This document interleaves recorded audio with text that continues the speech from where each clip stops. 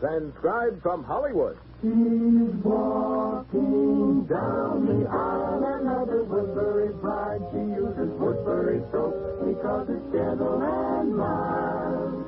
It has a beauty cream ingredient, you'll like it all so long. Ask for Woodbury soap and have the skin you love to touch. Woodbury, the soap with the beauty cream ingredient, presents the Louella Parsons Show. What famous songwriter narrowly escaped electrocution in his swimming pool this morning? What famous host will entertain General and Mrs. MacArthur in his Bel Air home? What two top comedians brought about the cancellation of their picture because of their constant quarreling? Tonight you'll get the answers from Louella Parsons, motion picture editor of International News Service and the Hearst Papers. Louella will also have as her guest Ann Blythe. But first, the Hollywood headlines. Louella Parsons. Hello from Hollywood to all of you, and now for my first exclusive. Early today, Jimmy McHugh, one of Hollywood's top songwriters, barely escaped electrocution. Jimmy was swimming and accidentally grabbed a wire that was short-circuited in his pool. It hurled him several feet. He suffered burns on his side, but I'm glad to say he's out of danger tonight. General and Mrs. MacArthur and their son Arthur will spend Christmas in Southern California. A palatial suite in Conrad Hilton's Bel Air mansion is in readiness for them. In New York, the MacArthurs live at the Waldorf Towers owned by Hilton. And, well, Connie's a wonderful host. The annual Royal Command performance, which so many of our Hollywood stars attend, has been called off because of King George's serious illness. From London, I hear that the king, who never wanted to be king, may abdicate in favor of his daughter Elizabeth. The Duke of Windsor, whose abdication made George king, flew to London tonight. Franchot Tone has decided to prefer charges against Tom Neal for the brutal beating Neal gave him. Tone is insured with Lloyd's of London, but he can't collect a penny unless he can prove that he didn't strike the first blow. Franchot refuses to believe that Barbara Payton has been secretly meeting Neal, although they've been seen by any number of people. It's definitely all off again between Diana Lynn and her architect husband, John Lindsay, who recently tried reconciliation. Lindsay flew to New York last night to ask Diana to change her mind, but I'm reliably informed it's a hopeless mission. Patty Andrews of the Andrews sisters is marrying her piano player, Wally Weckler, when they return from their European tour. Patty was formerly married to Marty Melcher, now the husband of Doris Day. The case of Lynn Barry against Sid Luff for back alimony, set for Tuesday, has been settled out of court. Lynn and Luff, with their attorneys, met yesterday, and Luff agreed to pay his ex-wife. The canceling of this suit is very good news to Judy Garland, who's been subpoenaed to tell if and how much she paid Luff as her manager. There's more than meets the eye in the indefinite postponement of the movie Huckleberry Finn. Gene Kelly's personality clashed with Danny Kaye's, and vice versa. Too much talent, I guess.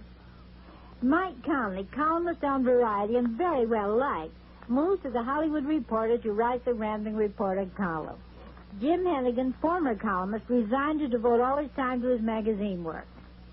It's a shame that Clark Gable's name had to be dragged into the Adolph Spreckles alimony case in answer to the sugar millionaire's insinuations.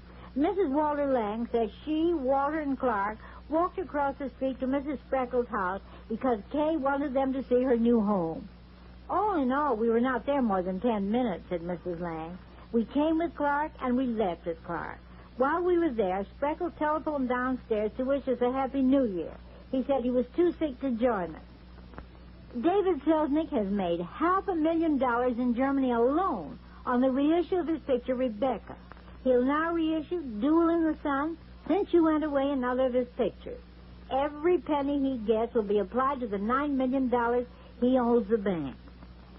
Witnesses in the Un-American Activities Hollywood investigation have said the idea of the communists was to organize Hollywood as a red propaganda service. Their plan to infiltrate pictures with communist ideology certainly flopped. Even the investigators say that only an inconsequential amount of the vicious doctrine seeps through to the screen. It's a good thing it's all coming out in the open. The very first news Conrad Hilton, hotel magnate, had of his son Nicky's engagement to Betsy von Furstenberg was when he heard my exclusive on this show last Sunday. Bessie, who has now won her future father-in-law over, has not yet heard from her mother in Germany, but her American grandmother has sent her blessing. Bessie is as starry-eyed over Nicky as was Elizabeth Taylor before she married him. Attention, Colleen K. Hutchins, the new Miss America. Contact either producer Jack Cummings or director Mervyn Leroy at MGM. There's a role for you in their picture, lovely to look at. They want you to be queen of the models in a big fashion number. I've just received word that my interview with Matt Pavetic, exposing the inside workings of communism, has been read into the congressional record of the hearing of the Un-American Activities Committee. Thanks to Art Arthur of the Motion Picture Council, this was brought to my attention. Lana Turner's contract with MGM will expire December 31st, less than 3 months away. And Lana has not yet re-signed her contract. She's had some fabulous outside offers, but my guess is that MGM won't let her go. All the time, the battle between Frank O'Tone and Tom Neal was going on. Barbara Payton's radio was going full blast. And what do you think it was playing? It's so nice to have a man around the house. There's a tang in the air these fall days that makes everybody feel more sparkling. What better time to look more sparkling? So, Marvin, tell us about Woodbury soap and the fabulous Woodbury beauty cream ingredients. With pleasure, Louella. Because Woodbury facial soap not only makes your complexion sparkling clean, Woodbury gives you a precious beauty cream ingredient, which is intended to help replace the natural oils you wash away. It's the same rich oil used in costly face creams to make skin soft and youthful looking. Try Woodbury soap and see for yourself what a difference that makes. Discover how exquisitely smooth Woodbury leaves your complexion. You'll be so pleased by the luxury of mild, creamy Woodbury lather. You'll want the big beauty bath size Woodbury, too, for satin soft loveliness all over. Now, here is the talk of the town.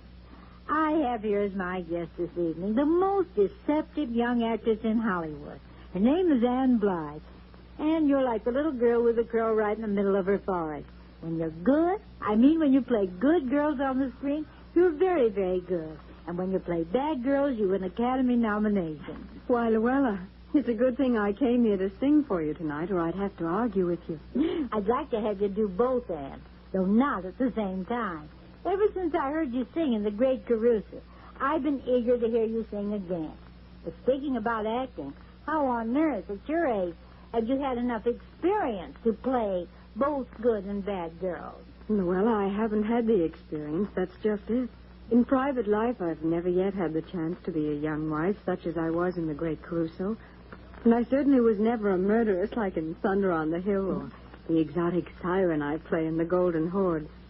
So you see, I just have to use my imagination. Well, Ann, is it my imagination, or do you keep up the little girl with the curls deception in private life, too? Bewildering certain young men. For instance, what about Roddy McDowell? Oh, Roddy's a fine boy, Louella. Now, come on, Ann. Don't play cat and mouse with me. If you won't talk about Roddy, what about Richard Long? Oh, well, Richard, he's going steady with Uncle Sam right now. And what about Scott Brady? I've often seen you dating him. Oh, Scott. Louella, they're all so wonderful, if you like boys. And what girl doesn't? I seem to be getting nowhere fast. If you won't talk, how about singing? You want the truth, but, I don't dare talk, Louella.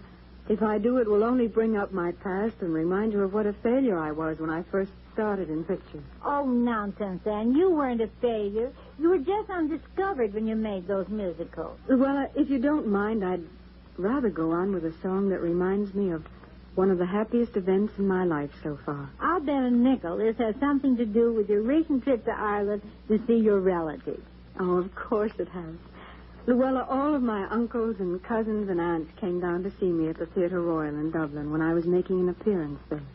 So I'd like to sing you an Irish song, dedicated to you and all of my relatives and all the Irish anywhere. It's based on the old familiar Londonderry air, and it's called My Golden Harp. My gentle heart, once more I waken, the sweetness of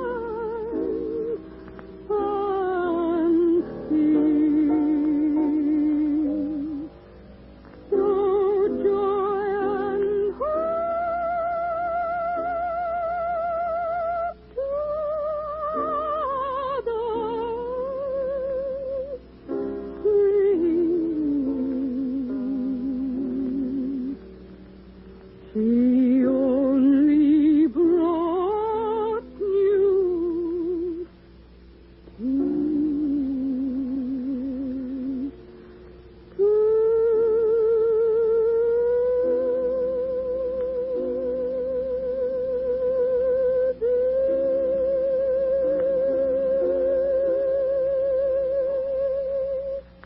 Oh, that's really beautiful, Anne. All of us who've been in Ireland love it. Nothing that you could have done on this program could possibly top it. Thank you, dear, and good night. Thank you, Louella. Good night. Now, I don't pretend to understand feminine wiles, but I do know that a fresh, natural look is appealing. And I also know that Woodbury soap is a fine first step toward that look. Because Woodbury facial soap, in addition to wonderfully thorough cleansing, gives you a precious beauty cream ingredient, which is intended to help replace natural oils you wash away. Try it and see how youthfully fresh-looking and velvety soft Woodbury soap leaves your complexion. She's walking down the aisle, another Woodbury bride. She uses Woodbury soap because it's gentle and mild. It has a beauty cream ingredient. You like it all so much. Ask for Woodbury soap and have the skin you love to touch. Now, here is last-minute news. All Hollywood, particularly the British colony, is saddened by the latest London report that the king is not expected to live. A few hours ago, Jean Wallace and the two Tone children visited Franco at the hospital. His physician, Dr. Lee Siegel, expects to send him home in the middle of the week. In February, it will be 3 for Fred and Marion Levy of San Francisco. Fred is head of the Blum Candy Company, and Marion is the former motion picture actress Marion Carr. In every language, there's poetry about women's hands. Men have described their cool caress, their fluttering like butterflies. But to keep busy hands lovely, you must give them Jergens Care. Smooth on soothing Jergens lotion after every task, and yours will stay velvet soft, delightful to touch. Jergens is quick and easy to use because it's almost instantly absorbed.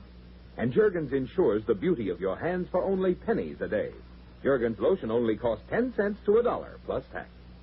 This is the Louella Parsons saying that's all for tonight, but I'll see you next Sunday when my guest will be, and here's a wonderful surprise, Judy Garland.